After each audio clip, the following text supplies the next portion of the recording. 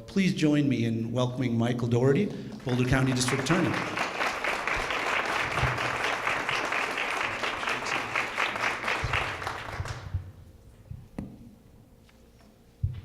Well, good morning. Thank you, Mandy and Children First, for inviting me to be a part of this wonderful event today. I'm really excited to speak with you, and I have the honor of being Boulder County's District Attorney. So I oversee a staff of approximately 90 people who work incredibly hard to do justice by preserving public safety and also helping people get back on the right track. We have an office in downtown Boulder and also an office right here in Longmont. So last night when I was going over my remarks, I said to my wife, I'm really excited for this talk tomorrow, but I have to figure out a joke to start with. And she's like, well, who are you speaking with? And I talked about Children First and the 3 things that Children First does. And she looked at me and says, this is not a crowd to joke with. You can't make a joke. I said, okay. And I went back and I was reviewing it again. And I looked up, I said, what about that one argument that I remember between my mom and my dad? And she's like, no. I'm like, but it ends with that really funny. She's like, no. I'm like, okay. So I'm going to not start with a joke, but rather I'm going to talk to you about the work that Children First does and how we see at the District Attorney's Office how important that is to make sure that families that are in crisis have a way to take care of their kids, take care of themselves, reconnect with one another without having anyone be re-victimized. And that's so critically important, especially now with some of the challenges we face. And it's been a particularly serious time. In Boulder County, which is such a beautiful, wonderful community, we've seen a dramatic increase in crime over the last 5 years. In 2012, we had roughly 1,500 felonies, 605 of which were violent felonies. This year, we're likely going to break 3,000 felonies, 900 of which are violent felonies. And far too many of those are domestic violence cases. We've had 2 murders just in the past week. And our community members, our neighbors want Boulder County and our families and our kids to be safe. And we also want people who are going to be progressive and innovative about criminal justice to try to help people get back on the right track. So those numbers sound like a downer, but I'm actually inspired by those numbers so that we could make Boulder County even safer and do a better job.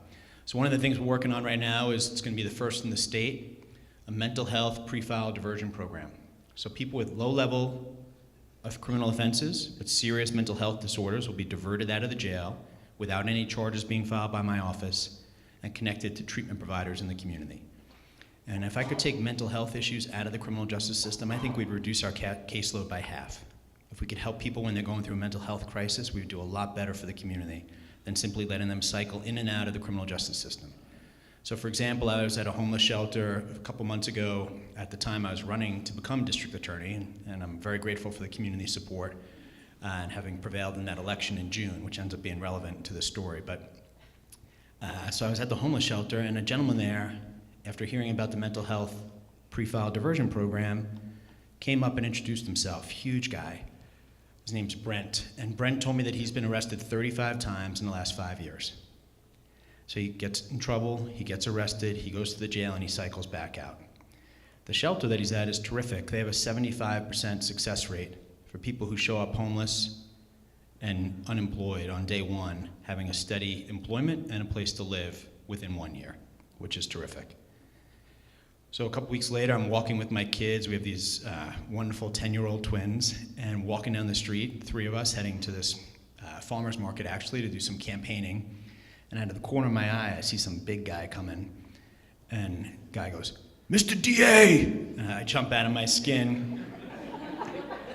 My elite security team of 10-year-olds jump out of their skin. And I look, and thankfully it was Brent. And I said, "Oh, hi, it's great to see you. What a surprise."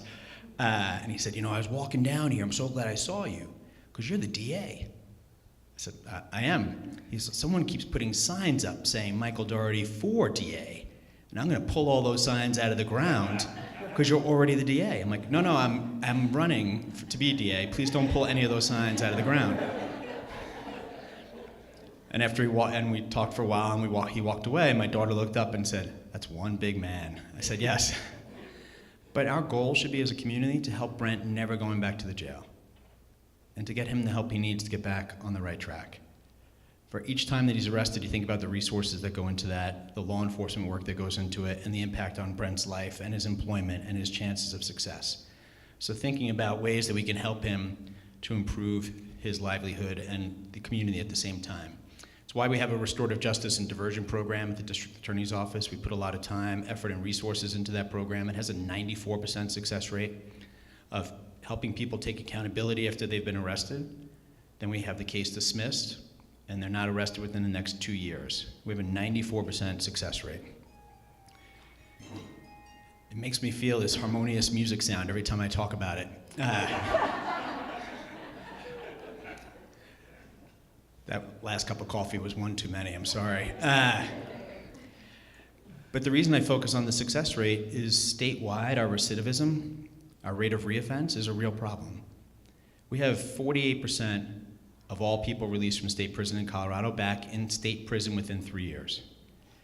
Within 1 year of people being released from the Boulder County Jail, 46% are back in jail, based on a study from 2016.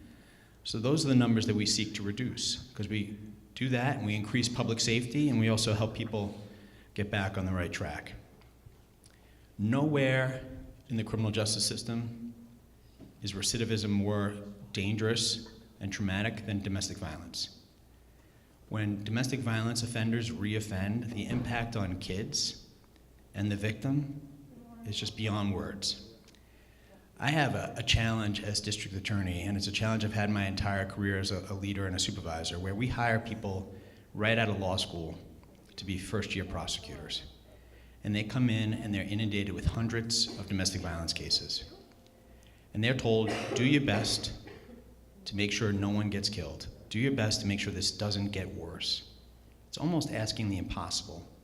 Because out of those hundreds of cases, it's almost impossible to predict how to keep someone from doing something worse, how to keep someone from hurting someone in the relationship again. But Children First does that. And every prosecutor who's been doing this job for a while can tell you stories about handling murder cases that started off as low-level misdemeanor domestic violence offenses. And I'm sure Jackie from Safe Shelter could tell you a lot about that herself. And from 2011 through 2015, 196 Coloradans died as a result of domestic violence. In 2015, 68% of domestic violence homicides involved a gun. I know I'm preaching to the choir here, which is a weird phrase to use in a church, but I know I'm preaching to the choir when I say that we all have a vested interest in this, because domestic violence touches every community and every population.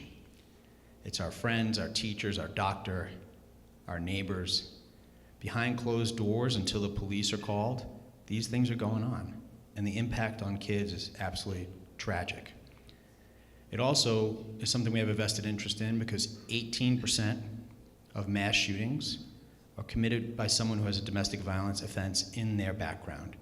So as you talk about Children First and you talk to your friends and neighbors about supporting this great organization, tell them this is not something that's just behind someone else's closed door. We all have a vested interest in this. It's why I would love to see us start a family justice center here in Boulder County, which would be a one-stop shop for domestic violence victims, to come and get all the resources they need and to be helped with their family and reconnecting and protecting the kids all at the same time. So I've shared with you some sobering statistics, but I'm actually a really positive person. And I'm inspired by the great work that we could do together. And I say that for two main reasons. The first is I believe in the human condition. I believe that people can get better, that people can do better. And if we can help people get back on the right track, our community is safer and a better place. And I truly believe that Boulder County should be and will be a leader in this. And by that, I mean that when I see the people coming into the criminal justice system, we have some horrific cases, but the vast majority of people who come to the courthouse are people who ended up in a bad situation and made a poor decision. The better we do at getting them on the right track, the better we are for the community, and we lower that rate of recidivism. So that inspires me to work, and my staff to work as hard as we possibly can to be progressive and innovative in how we approach cases, to try to help people get back on the right track. Plus, as part of that belief in humanity that I have, when I go to the playground with my kids, I never look around and think that someone at that playground is born evil. I just don't feel that way. I think we have an opportunity to shape the lives of kids and to help kids grow up to be terrific members of the community. And when you think about, I joked about the one argument between my mom and my dad that I'll always remember, just because they never really argued, actually. I was very lucky. But we all have that memory of our parents at some point. I can't imagine being a kid who has to grow up with the memory involving violence and a police response and someone being arrested and safe exchanges being required for their safety. Helping those kids get through that trauma, helping those kids not be re-victimized, but still having a connection with a parent, while helping a parent grow beyond that experience, is something that Children First has done such a tremendous job of doing. So I think the more we can help people get back on the right track and looking at kids as future members, future adults in our community is so, so important. The second reason I remain a very positive person is because I look at the response of people to troublesome situations. I look at what people do in response to bad things happening in our community. So police, prosecutors, victim advocates, but also wonderful organizations like Children First. That they don't sit back, but rather they engage in a really high-level response to make sure that kids are safe, that victims are not re-victimized, and that families can be reunited and end up in a better place. These are such high-conflict families going through a real crisis when Children First is involved. Often they can get through that crisis. Often they can go on to have better lives. But Children First plays such a key role in helping them do exactly that. And that's why I'm so excited to be with you this morning and to support Children First in what they do. Because when I go back to the office after our breakfast this morning, there's going to be some county court deputy DA handling misdemeanor cases, worrying about the domestic violence offenders that they are prosecuting, and trying to figure out which of those are the ones to really truly worry about, and how can we get them through this crisis. And that's what Children First does all the time. So I'm very honored to be your district attorney and so excited to be with you today. So thank you for supporting Children First, and I'll be around after the breakfast if you have any questions. But thank you so much and have a great day.